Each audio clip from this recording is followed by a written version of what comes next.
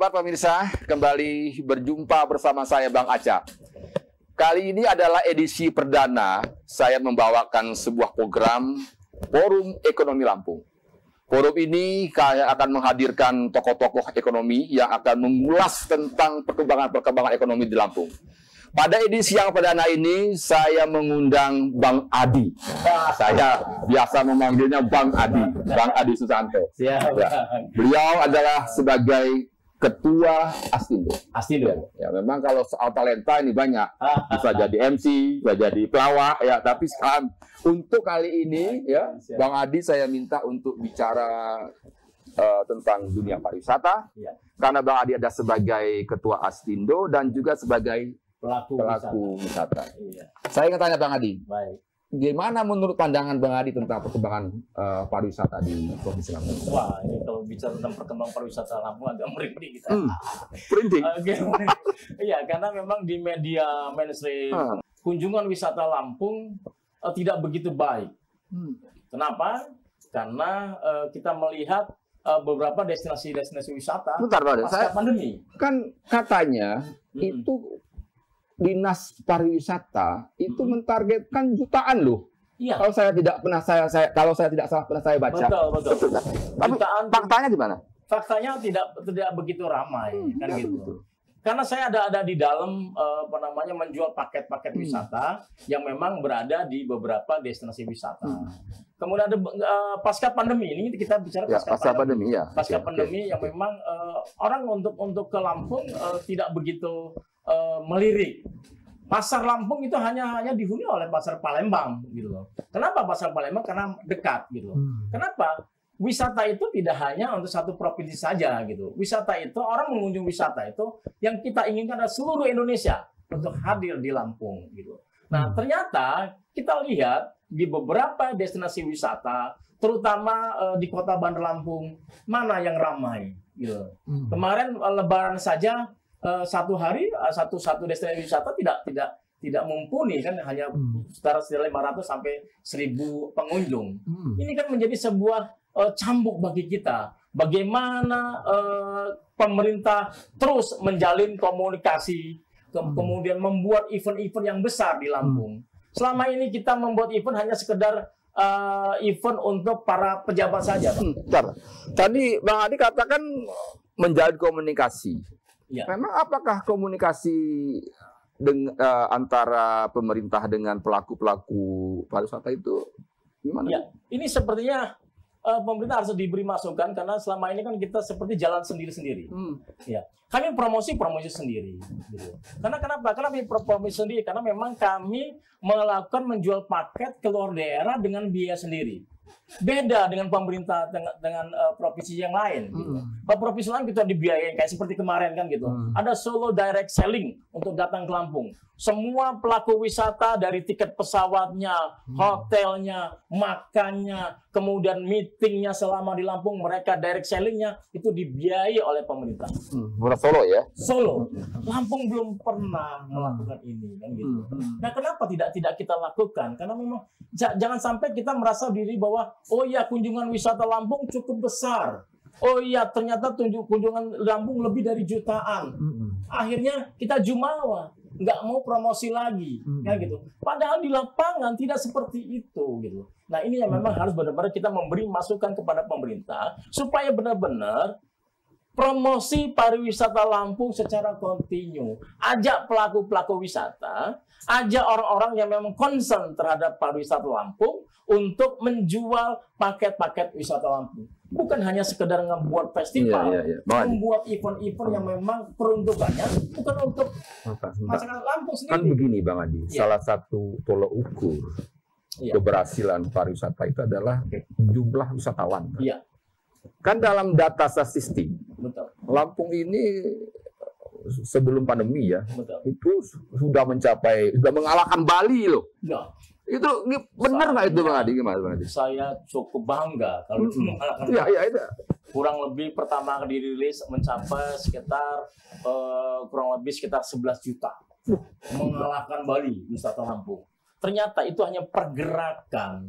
Orang dari Jakarta ke Lampung mau menuju ke Palembang, mau menuju ke Padang, mau menuju ke Aceh, begitu nelpon keluarganya, ada di mana, Mang? Oh, aku sampai Lampung, itu sudah dihitung pergerakannya menjadi wisatawan. Padahal orang wisatawan itu ketika dia datang membelanjakan uang minimal lebih dari 24 jam itu bisa disebut wisatawan.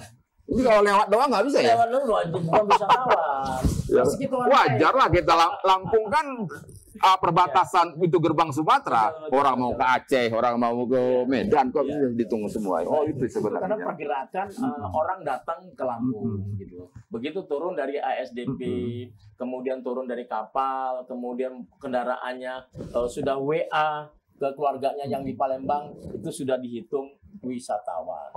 Nah itu pergerakan kenapa mencapai 11 juta, kemudian tahun berikutnya mencapai 14 juta. Nah sekarang kalau menurut pengamatan Bang Adi, kalau wisatawan yang sesungguhnya, kira-kira berapa sih?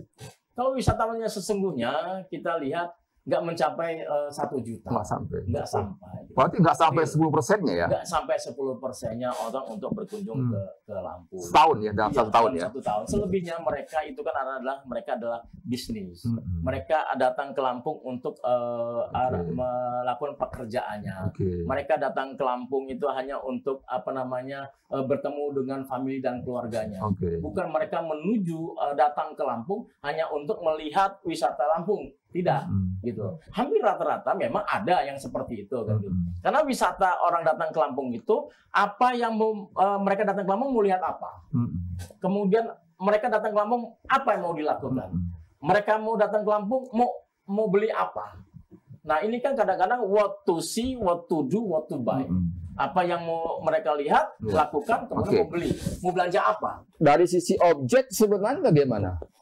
Dari sisi destinasi, sisi wisata Lampung ini gimana? Untuk destinasi wisata Lampung cukup lengkap, cukup baik dan cukup lengkap. Cuman karena memang sumber daya manusianya yang harus benar-benar kita perbaiki. Keramah tamahannya, penjaga tiket di tempat destinasi wisata, kemudian orang-orang yang memang begitu datang. Selamat datang Pak, selamat siang Bapak, gitu. Kita lihat di Lampung tidak seperti daerah lain. Ketika kita datang ke tempat destinasi wisata, bicara bahwa selamat siang Bapak, umumnya kita di Bandung, Wilujeng Sumping gitu. Kan kita cukup enak, cukup menikmati. Tapi kalau kita di Lampung gitu, waduh, merengutnya muka mesem kan gitu. Nah, ini memang yang harus diperbaiki, SDM pariwisatanya, orang-orang yang penjaga tiket, kemudian orang-orang yang membawa kapal yang ke Pulau Pahawang, itu bagaimana kita ajari tentang keramah tamahan terhadap wisatawan. Itu tadi Anda sebut tadi Pahawang. Itu kan adalah objek wisata yang sebenarnya sudah secara nasional sudah dikenal kan? Iya, sepakat. Pulau Pahawang menjadi sebuah destinasi wisata unggulan Lampung. Pasca pandemi cukup ramai. Orang ke Pahawang tidak untuk kedua atau ketiga kali. Ini yang memang yang harus kita lihat dari sisi ini kan gitu.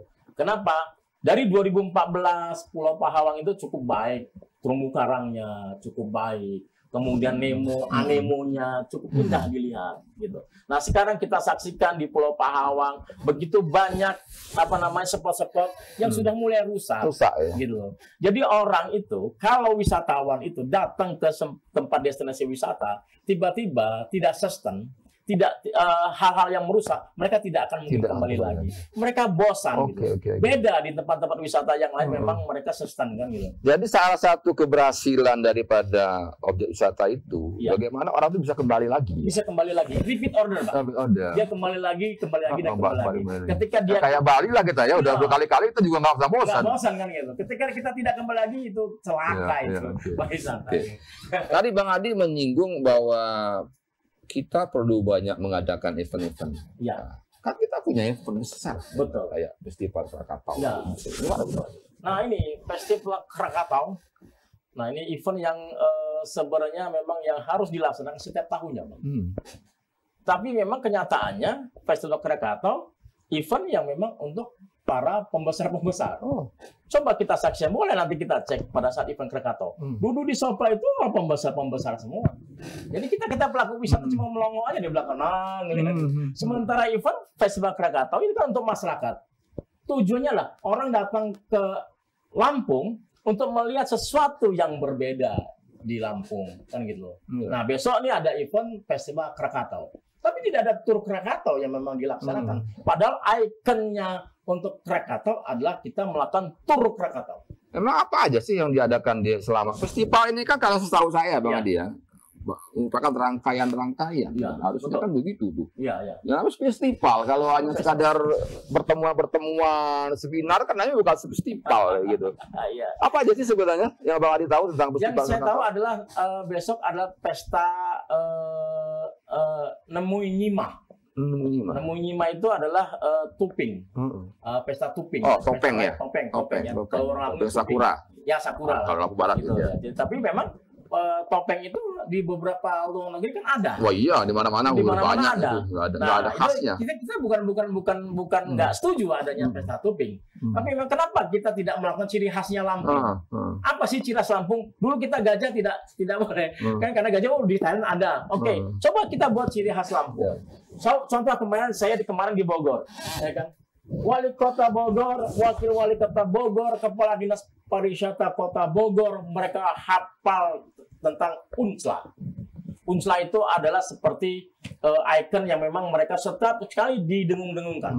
Ketika tamu datang, itulah Unsla, itulah yang menyambut kita. Nah, jadi kita tahu, oh iya, kalau di Bogor itu ada Unsla ya. Coba kalau kita ke Lampung, apakah yang kita bawa tuping, yang memang sekarang lagi ditrenkan oleh pemerintah, kemudian apakah yang kita bawa Krakatau?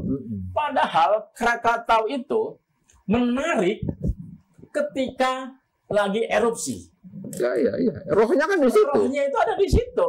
Ketika ada depuran api Krakatau, kita foto selfie. Meskipun dari kejauhan, tapi kan kita harus jaga jarak keamanannya. Iya, betul. Jaga jarak 7 kilo. Betul. Kan ada masalah. Saya setuju dengan Bang Adi ini ya. Kalau dulu 10 tahun kita flashback ke belakang festival Krakatau itu cukup direspon ya. Cukup direspon. Orang dengar festival Krakatau. Iya. Sekarang ini saya aja nggak tahu tuh. Betul.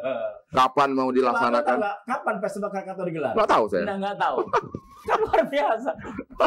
Bang Aceh sini nggak tahu festival Krakatau kapan. Iya ya. Nah ini yang Orang koran ya nggak tahu ya, apalagi masyarakat ya. Media saja nggak tahu tentang festival Krakatau.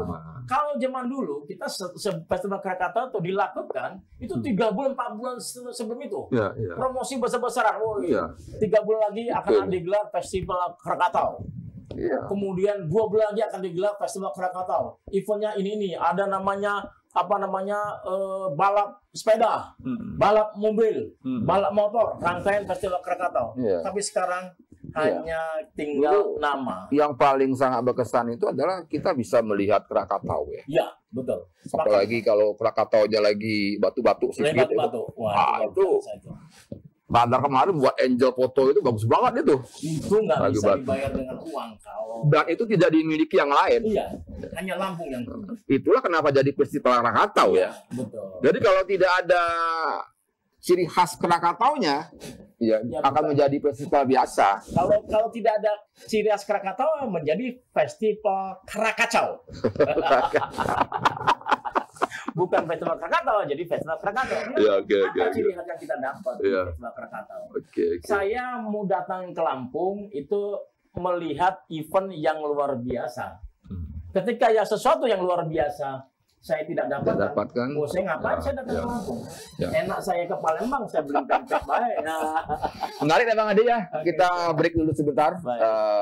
Pemirsa, kita akan lanjutkan dialog setelah berikut ini.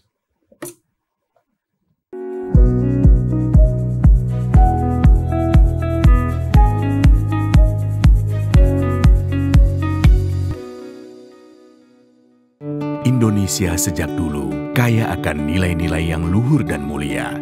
Kerjasama adalah salah satunya. Sebuah prinsip dalam bekerja demi meraih hasil yang bisa dinikmati bersama.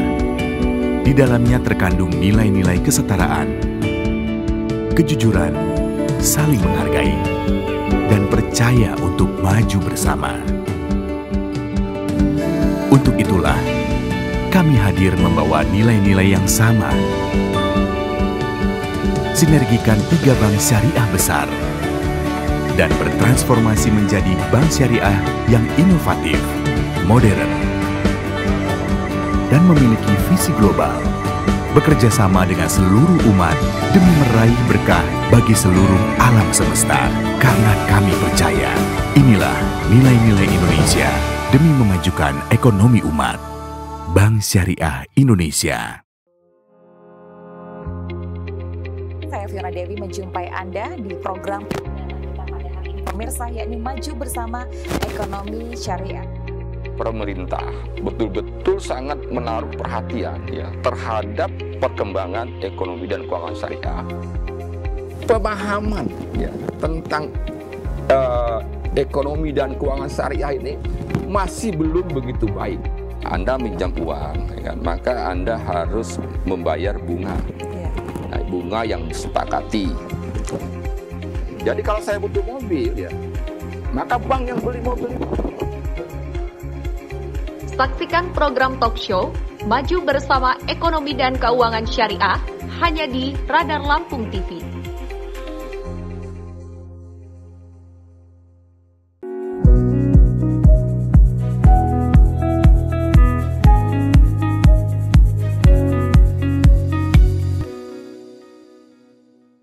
Ya, pemirsa, kita lanjutkan dialog kita bersama Bang Adi.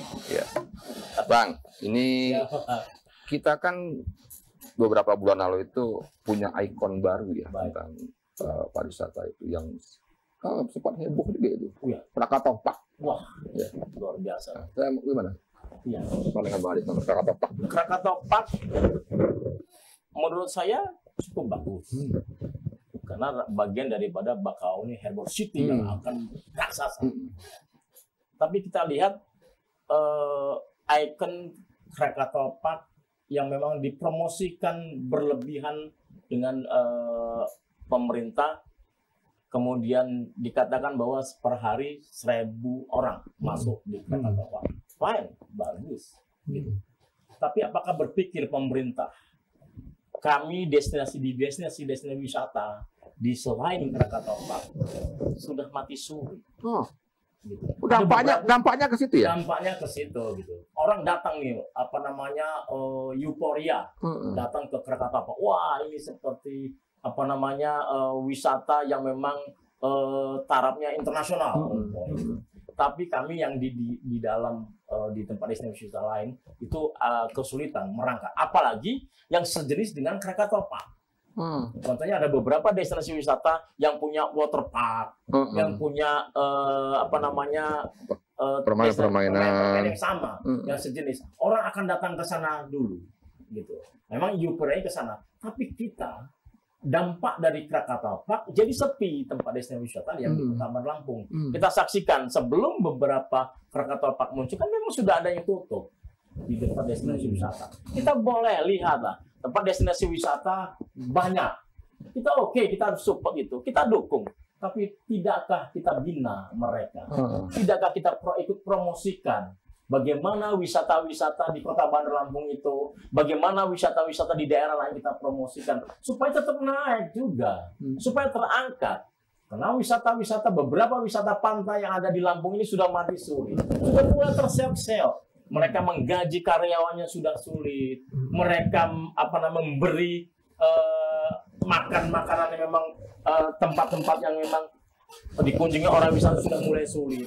Ini kan tidak dilihat gitu. Nah, seharusnya promosi bersama inilah semua destinasi wisata yang ada di Provinsi Lampung diundang. Yuk kita promosi ke Palembang. Yuk kita promosi ke Padang. Yuk kita promosi ke Padang. Kita ngomongnya di Sumatera dulu lah. Sebelum kita mau promosinya ke Jakarta. Kita mau promosinya ke Tangerang yang dekat dengan kita. Kita promosinya ke Bandung yang dekat dengan kita. Itu bisa. Sama-sama kita satukan tempat-tempat destinasi wisata, kita ajak mereka untuk promosi ke luar daerah Lampung. Supaya mereka tahu di Lampung ada ya tempat wisata yang 180 derajat melihat Kota Bandar Lampung. Oh, di Lampung ada ya tempat wisata kebun binatang.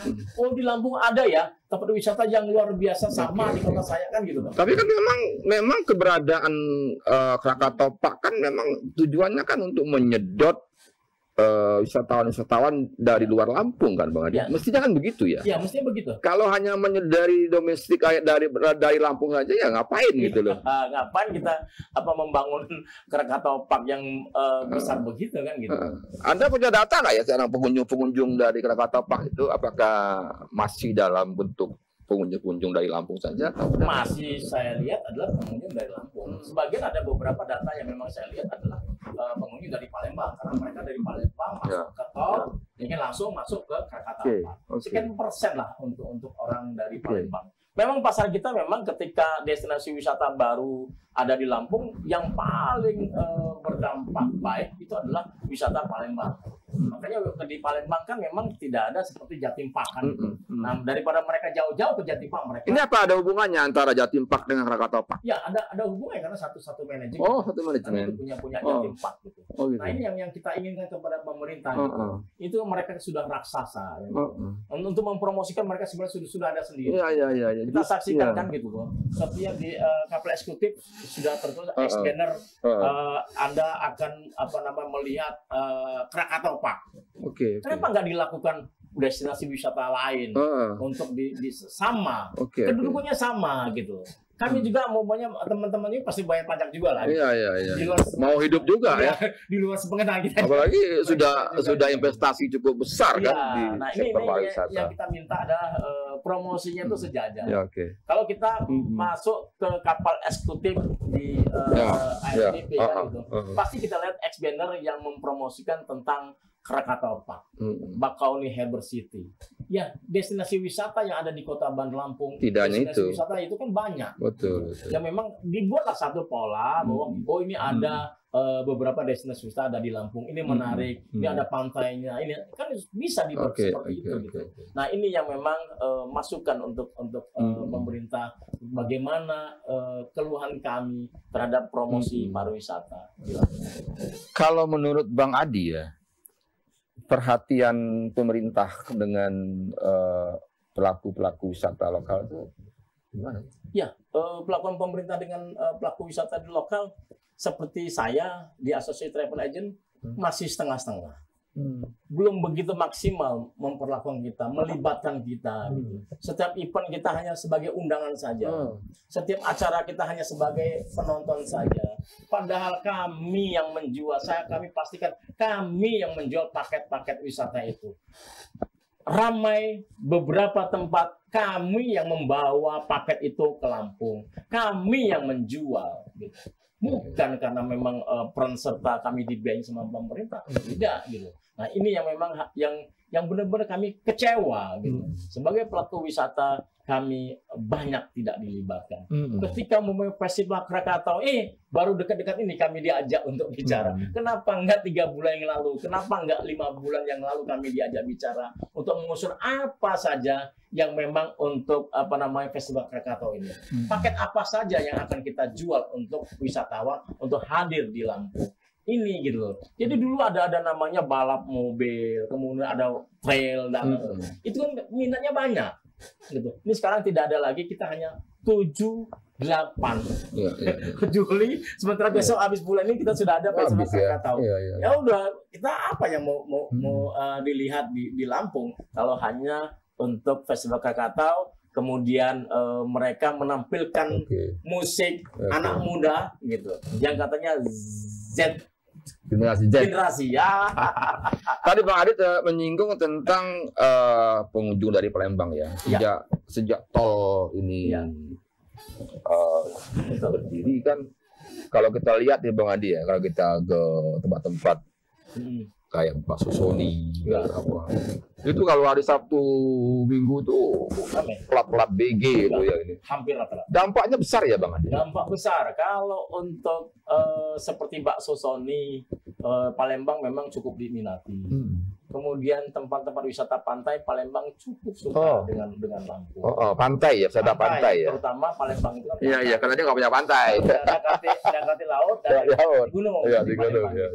Nah, dampak dari pelaku wisata memang cukup besar juga seperti kami kan. Kami di travel agent itu nasibnya sama seperti wartel. Dulu sebelum ada handphone, wartel gimana sih? Hebatnya orang mau interlokal, mau nelpon itu langsung ke wartel. Kan gitu. Sekarang setelah ada handphone, mana ada orang ke wartel? Wartel tutup. Nah, seperti nasibnya itu seperti wartel. Jadi dia direct aja gitu. Langsung dulu waktu orang Palembang sebelum ada tol. Nah, ini kan harus kita bicara kelemahannya kan gitu. Jangan kita bicara bahwa wah hebat nih ada tol. Lampung Jakarta hanya 3 jam, 4 jam. Hello kayak gitu. Enggak, kan itu dampaknya ke kita gitu. Kami pelaku wisata seperti travel agent itu mereka tidak pernah lagi kontak ke kita. Biasanya dulu mereka kontak ke kita, Bang, minta paketnya dong. Kita mau ke Lampung dulu sebelum ke Jakarta, sebelum ke Bandung, sebelum ke Bogor, sebelum ke Tangerang. Minta paket dengan kita. Dia menginap 2 malam di Lampung. Nah sekarang mana? Nggak ada lagi ya. Mereka pakai travel mana? Atau memang dia langsung sendiri ya? Langsung pakai Google Maps. Google Maps. Sudah sampai. Bahkan banyak yang nggak nginap, saya lihat tuh datang pagi, ya kan? Pagi mereka datang. Namanya datang pagi, mereka datang pagi, pulang malam. Pulang malam. Bahkan PJKA. Pergi Jumat, kembali Ahad. Jadi nginepnya di bus. Ya. Bukan di hotel. Nah, hotel penuh itu karena memang ada beberapa event yang ada di Lampung. Orang bisnis di Lampung gitu loh. Jadi jarang saya lihat. Jadi bukan karena dorongan wisatawan ya? Bukan gitu. Ada.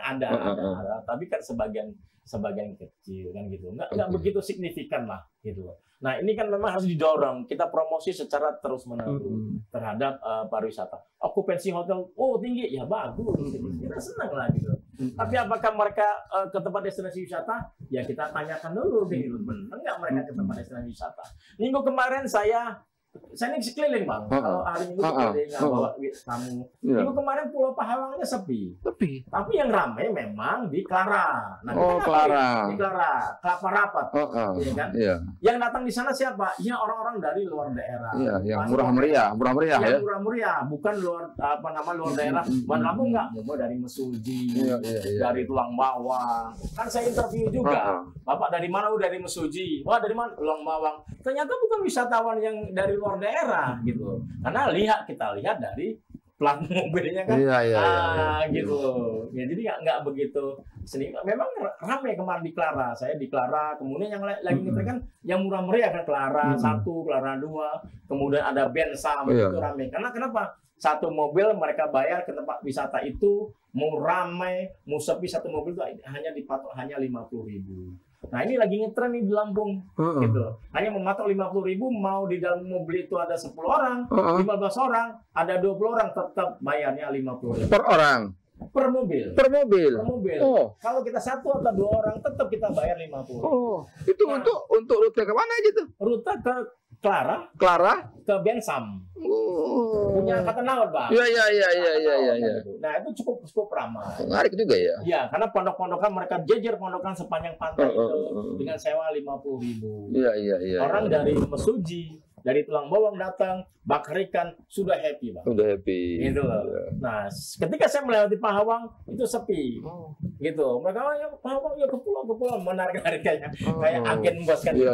Nah, ini yang memang harus kita perbaiki kan gitu. Nah, karena kita di lapangan kan gitu. Kita memang berdatang Sabtu Minggu, weekend kita keliling. Kita membawa kalau nggak ada wisata, saya keliling, Bang.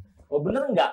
Sesuai dengan prediksi kita tentang bagaimana kunjungan wisata. Oke. Kan gitu, Bang. Ini kalau udah kita bicara dari awal sampai ujung ini dia. Ini sepertinya banyak banget yang harus dibenahi. Iya, betul. Sepakat ya. Kalau menurut Bang Adi apa yang sekiranya harus dilakukan oleh pemerintah? Iya. Pemerintah harus melakukan beberapa hal. Pertama ada promosi pariwisata keluar daerah secara kontinu. Promosi ya. Tanpa promosi itu kita tidak bisa jumawa. Kan mengatakan kunjungan wisata Lampung cukup besar tidak bisa. Kenapa nggak kita tiru orang Bogor? Wakil Wali Kota Bogor mengatakan bahwa kunjungan wisata Kota Bogor hanya 10% Dari orang yang datang. dari orang yang datang. Kunjungan wisatanya. Sehingga mereka butuh kita untuk hadir di Kota Bogor untuk mempromosikan wisata Kota Bogor. Ya kan? Karena di Kota Bogor, kata Wakil Wali Kota, itu adalah orang datang ke Bogor hanya untuk bekerja. Orang hanya untuk berbisnis. Hanya orang untuk mengunjungi keluarganya. Kemudian okupansi hotel dianggap penuh. Itu bukan orang berwisata ke Kota Bogor. Makanya Kota Bogor selalu membutuhkan kita, selalu mengajak kita untuk datang ke Kota Bogor. Kami dibiayai dari hotel, kami dibiayai dari tiket pesawat, kami dibiayai dari makan dan full kita farm trip di Kota Bogor. Jadi semua dibiayai ya? Iya, oleh pemerintah Di servis begitu. Oleh Kota Bogor. Lalu apa efek yang didapat oleh Kota Bogor dengan cara melayani kayak Anda begini? Nah, setelah itu kami diminta untuk membuat paket-paket wisata ke Kota Bogor. Jadi paket wisata Kebun Raya Bogor. Paket wisata melihat Istana Bogor. Itu dibuatnya membuat Istana Bogor. Paket wisata jogging track di Kota Bogor. Kemudian paket-paket wisata yang memang pameran-pameran mereka ajak kita. Kemudian mereka ajak kita di tempat-tempat hanya main basket saja. Mereka ajak kita untuk membuat paket wisata itu. Mereka ajak kita untuk membatik. Mereka ajak kita untuk membuat wayang. Mereka ajak kita untuk membuat lukisan. Itu kami pinter ya. servis begitu.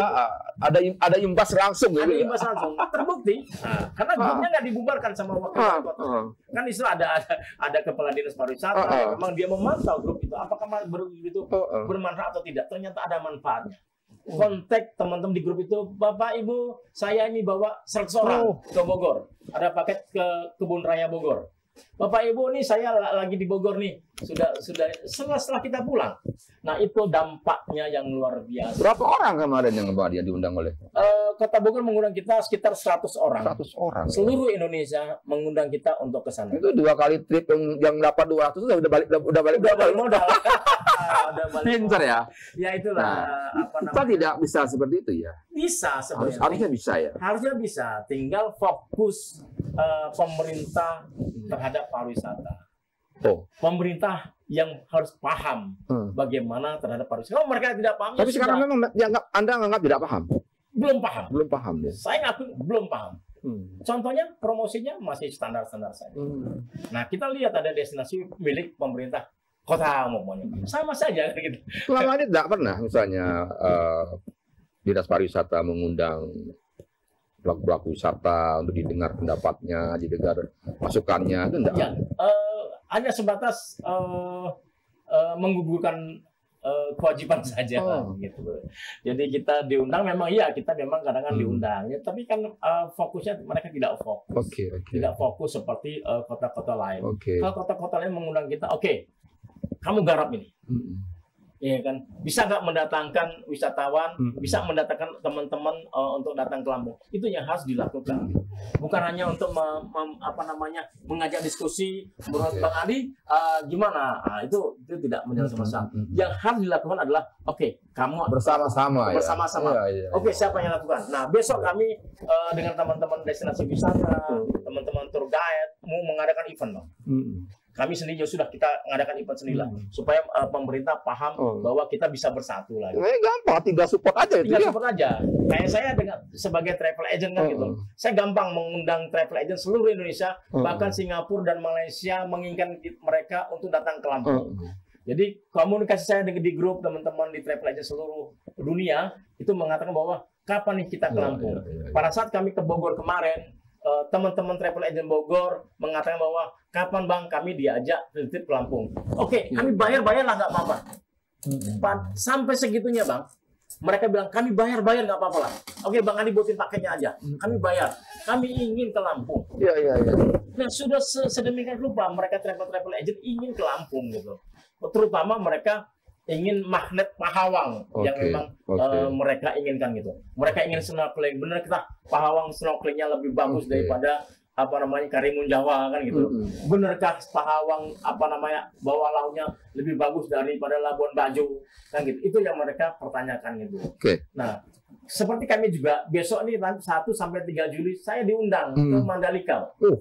Keren ya. Iya. Sering banget diundang tadi ya. Sering Bang.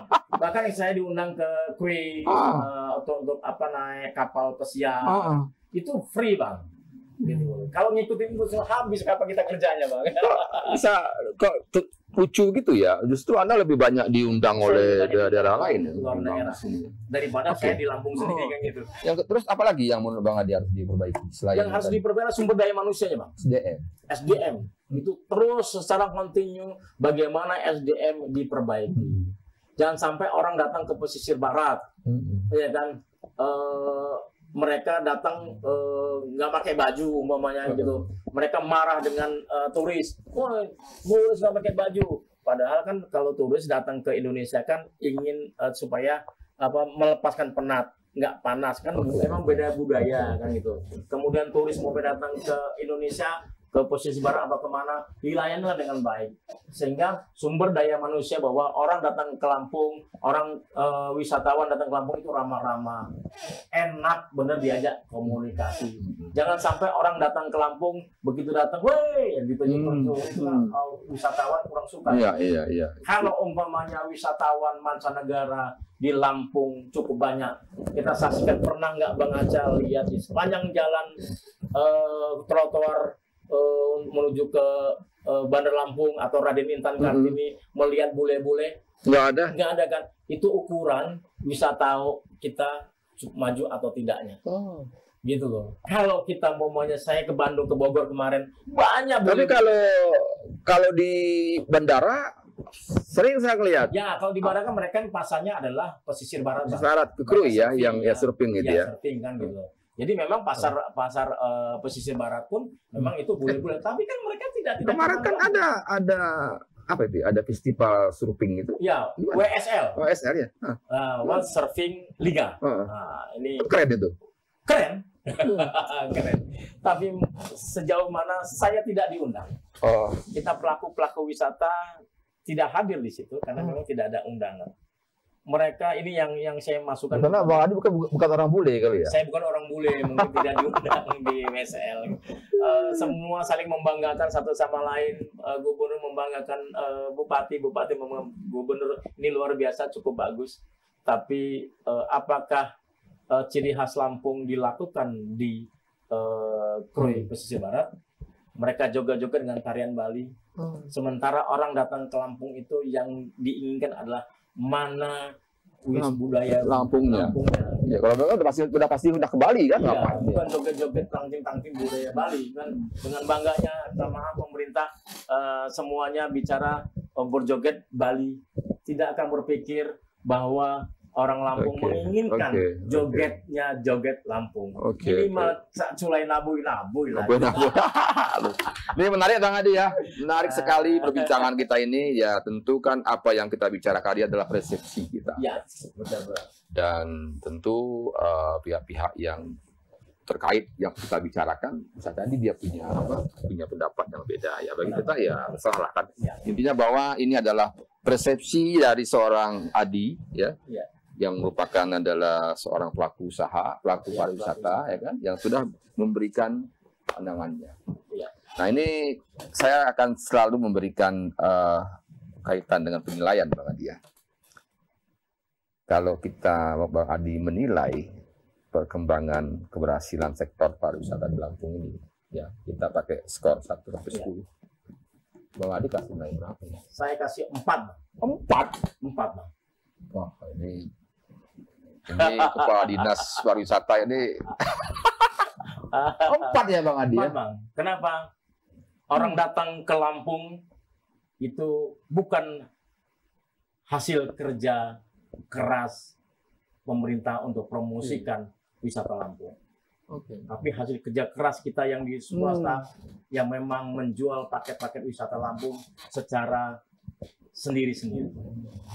Itu yang memang harus benar-benar kita pahami dan kita ketahui. Silahkan yang lain mengklaim mau kasih 10, mau kasih 8, mau kasih 7 silakan. tapi saya bersikukuh, saya untuk saat ini masih kasih angka 4. Ya. Gitu. Terima kasih Bang Adi ya. Oke, siap. Jadi siap, terima kasih banyak atas pandangan-pandangan Ya. kritisnya tentang pariwisata. Baik, Ya, baik. tentu dialog ini kita maksudkan ya agar sektor pariwisata di Lampung ini bisa lebih maju lagi. Lebih maju. Karena memang sektor pariwisata ini adalah merupakan salah satu Baik. unggulan daripada program pemerintah provinsi ya, yang bisa lebih nanti akan bisa meningkatkan pertumbuhan ekonomi yang pada akhirnya nanti akan bisa menekan tingkat kemiskinan di provinsi ini. Sepakat. Ya, makasih banyak Bang Adi ya. Terima kasih, Bang. Semoga terus sukses. Baik, baik. Siap. Pemirsa, demikian dialog saya bersama Adi Susanto, Ketua Astindo Provinsi Lampung dan juga sebagai pelaku pariwisata. Kita akan kembali pada For Lampung dengan tema-tema yang lain. Terima kasih. Assalamualaikum warahmatullahi wabarakatuh.